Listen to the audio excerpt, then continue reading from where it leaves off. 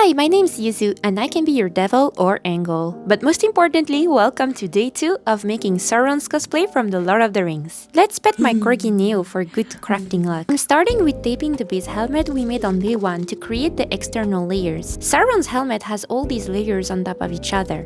I will be starting to make the middle one first and model each layer on top of the previous one to account for each layer of foam thickness during the modeling process. I try to often check the proportions of the pieces comparing to the reference picture. To model each layer's volume, I am using the aluminum foil sculpting technique I learned from Kim Beaton, this talented lady right here who coincidentally works for Weta Workshop, the same studio who actually worked on the Lord of the Rings movies, making costumes, weapons, and more. I also used scraps of foam to create volumes with aluminum, hot gluing random scraps of materials together until I'm happy with the shape.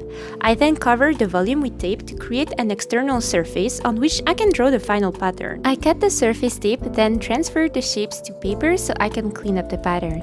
I then transferred the pattern to 5mm EVA foam, flipping the pattern to trace mirror pieces, and here you can see me cut at the angle, so the middle seam can be really clean. And after cutting all the pieces, I'm adding barge glue on each side of the pieces and putting them together. And that's the result of the first layer.